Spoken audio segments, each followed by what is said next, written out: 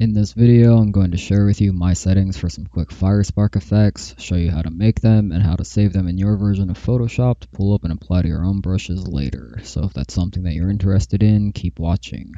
In order to pull up and apply these settings to your brushes easily in the future, it's important that you do have the FX tab window up somewhere in your own version.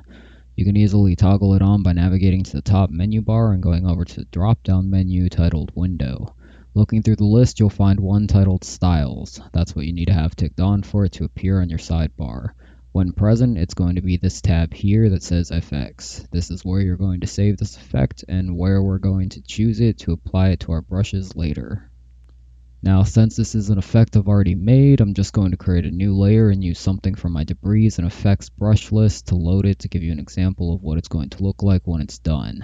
You can use your own brushes with this, or you can find some pre-made particle and debris brushes for free to use with it in places like DeviantArt and Brush Easy. In this case, I'm just using a pre-made debris brush to get through this faster.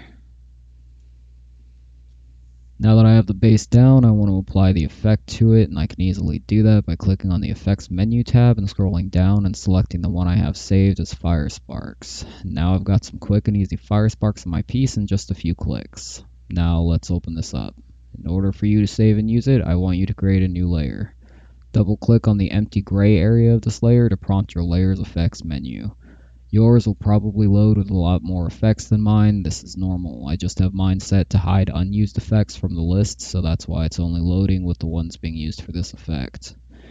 If yours doesn't load with all of the effect options, then you probably do too, and you'll need to click on the bottom FX icon here and choose Show All Effects. As you can see, this effect is only using an inner glow and an outer glow. Starting with inner glow, go ahead and match these settings. Pause if you need to. The yellow used can be copied by applying the hex code at the bottom here into your hex code box and then hitting OK.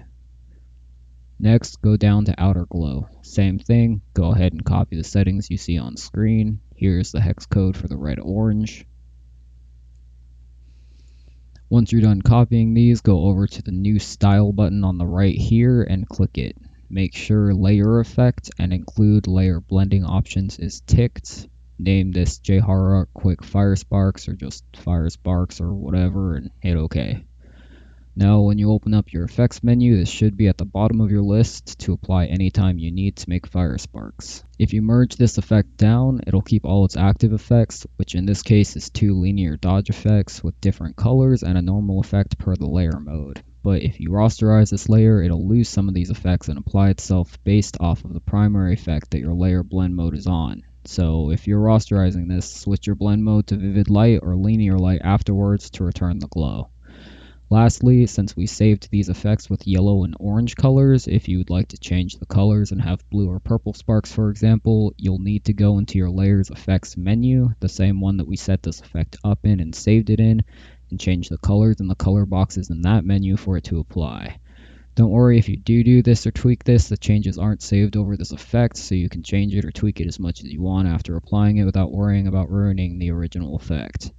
When you go back into your effects menu to apply it later, it'll be applying the fire sparks how they were originally set up and saved next time.